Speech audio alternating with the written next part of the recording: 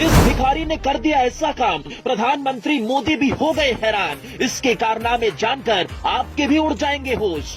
इस भिखारी में है ऐसा कैश, लाखों रुपए जुटा रहा है कैश। लिख कर ले लो, एक दिन करोड़पति भिखारी ना बने तो कहना। प्रधानमंत्री मोदी को मानता है भगवान, लेकिन लालू यादव को भी करता है सलाम। दुनिया में छा गया बिहार का ये भिखारी। भीख मांगते हुए भी इस भिखारी ने बना दिया बहुत बड़ा रिकॉर्ड, जो बड़े बड़े बिजनेसमैन नहीं कर पाए, इस भिखारी ने कर दिया।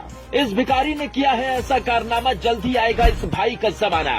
दुनिया के अलग अलग भिखारी भी जपते हैं इसका नाम, भिखारियों के इस सरदार को झुक कर करते हैं सलाम। अजब गजब भिखारी की कहानी आपको बताएंगे, जिसे जानकर आप भी कहेंगे मान गए गुरु, बहुत अलग टाइप का भिखारी है। वीडियो को आखिर तक देखिएगा, लिख कर ले लीजिए, मजा आ जाएगा। अमिताभ बच्चन की फिल्म दीवार का वो डायलॉग तो आपको याद ही होगा, जिसमें वो कहते हैं आज भी मैं फेंके हुए पैसे नहीं उठाता।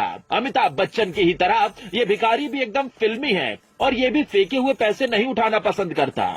शुरुआत में ये रेलवे स्टेशन पर भीख मांगकर अपना गुजारा करता था और 2 वक्त की रोटी के लिए भी पैसे इकट्ठा कर पाना इसके लिए मुश्किल हो गया था। लेकिन फिर इसने ऐसी तरकीब निकाली कि अब ये लाखों में खेलने वाला है। पहले 2-4 रुपए के लिए मोहताज हुआ करता था और लोग पैसे देने से कतराते थे, लेकिन फिर इसने भीख मांगने का गजब का तरीका निकाला। इस भिखारी की क्यों पूरी दुनिया में चर्चा हो रही है और मोदी खुद क्यों इसके काम की तारीफ करते हैं, वीडियो में आगे आपको बताएंगे। लेकिन पहले ये भिखारी है कौन, वो जान लीजिए। इस भिखारी का नाम राजू है और ये बिहार के बेतिया का रहने वाला बताया जा रहा है। इसकी कहानी भी बेहद दुख भरी है। बचपन से ही हाथ में कटोरा आ गया था और भीख मांगकर ही गुजारा चलाना पड़ रहा था। सरल स्वभाव के राजू की मां की मौत के बाद इनके पिता ने दूसरी शादी कर ली, जिसके बाद इन्हें घर से भागकर भिखारी बनना पड़ा। बेतिया रेलवे स्टेशन पर बचपन से ही भीख मांगकर ये गुजारा कर रहे थे, लेकिन जब ये बड़े हो गए तब लोगों ने धीरे धीरे से पैसे देने बंद कर दिए। कोई कहता कमा कर खा ले, तो कोई अलग तरह की राय देकर उल्टा सीधा बोलकर चला जाता, क्योंकि ज्यादा पढ़े लिखे न होने की वजह से कोई नौकरी नहीं कर पाया। कहा जाता है कि राजू की तबीयत खराब रहती थी, इसीलिए मजदूरी भी ठीक से नहीं कर सकते। यही वजह है कि भीख मांगकर पेट पालना इनके लिए एकमात्र सहारा है।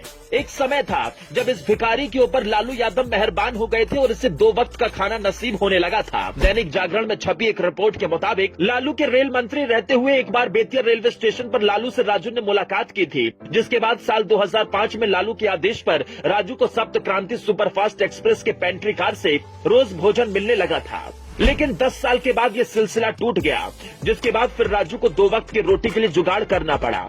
लालू रेल मंत्री थे तब राजू को कई यात्रा करने का भी मौका मिला था। यही वजह है कि ये लालू को अपने पिता की तरह मानते हैं। आज की दुनिया के लिए एक बात कही जाती है, वो ये कि जो खुद को अपडेट नहीं करता है वो कभी न कभी मार्केट से बाहर हो जाता है। राजू के साथ ही कुछ ऐसा हुआ।